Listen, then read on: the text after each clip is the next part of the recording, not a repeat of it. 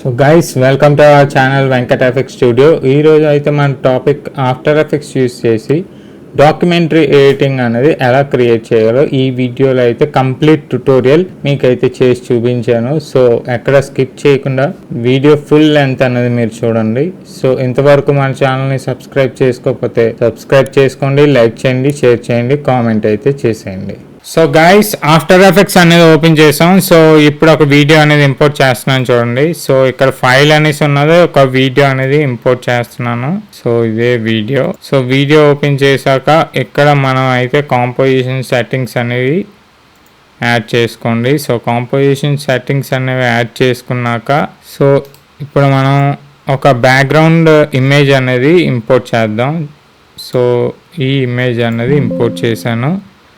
So first video అయితే import చేసేయండి. So ఇక్కడ మనం ఈ 3D క్యూబ్ పైన మనం అయితే క్లిక్ అవుట్ చేయాలి. సో ఇప్పుడు మళ్ళీ ఈ బ్యాక్గ్రౌండ్ ఇమేజ్ పైన కూడా మనం క్లిక్ అయితే చేయాలి.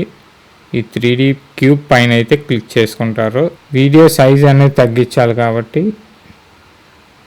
ఇప్పుడు న్యూలోకి వెళ్ళి కెమెరా పైన అయితే క్లిక్ చేసుకోండి. So camera and okay.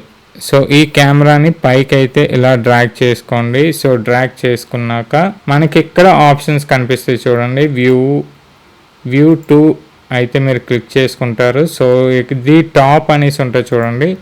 So ఇక్కడ మనకు ఆప్షన్స్ ఉంటాయి. సో టాప్లోకి అయితే మీరు సెలెక్ట్ చేసుకుంటారు. సో టాప్ సెలెక్ట్ చేసుకున్నాక ఇలా అయితే రండి.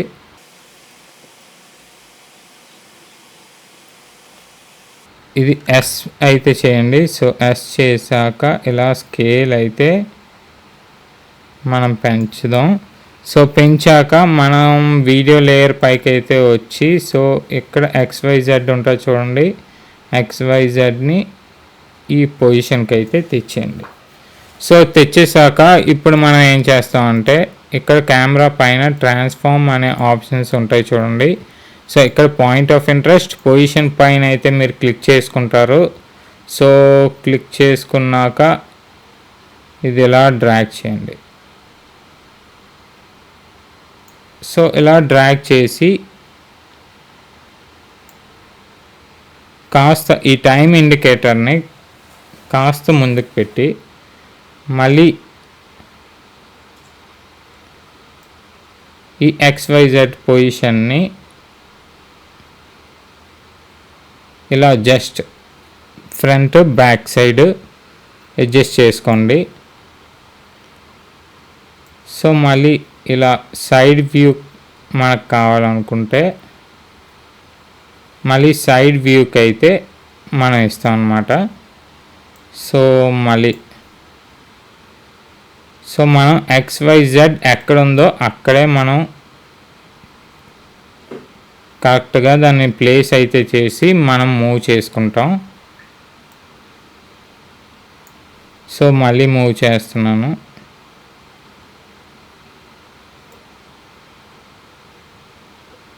సో ఇలా మూవ్ అనేది చేసుకోవాలి. సో మళ్ళీ 10 సెకండ్స్కి అయితే తెచ్చాను.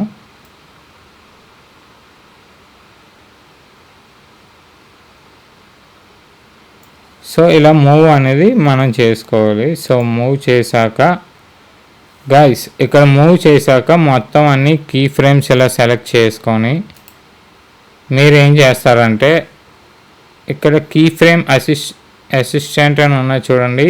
సో ఇక్కడ ఈజ్ ఇన్ అని ఉంటుంది చూడండి. సో ఈజ్ ఇన్ పైన అయితే మీరు క్లిక్ చేసుకుంటారు.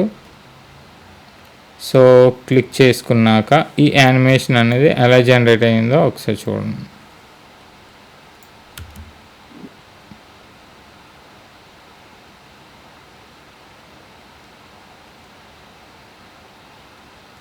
సో గైస్ ఇలా మన డాక్యుమెంటరీ స్టైల్ అన్నది మన వీడియోస్కి అయితే మనం అవ్వచ్చు.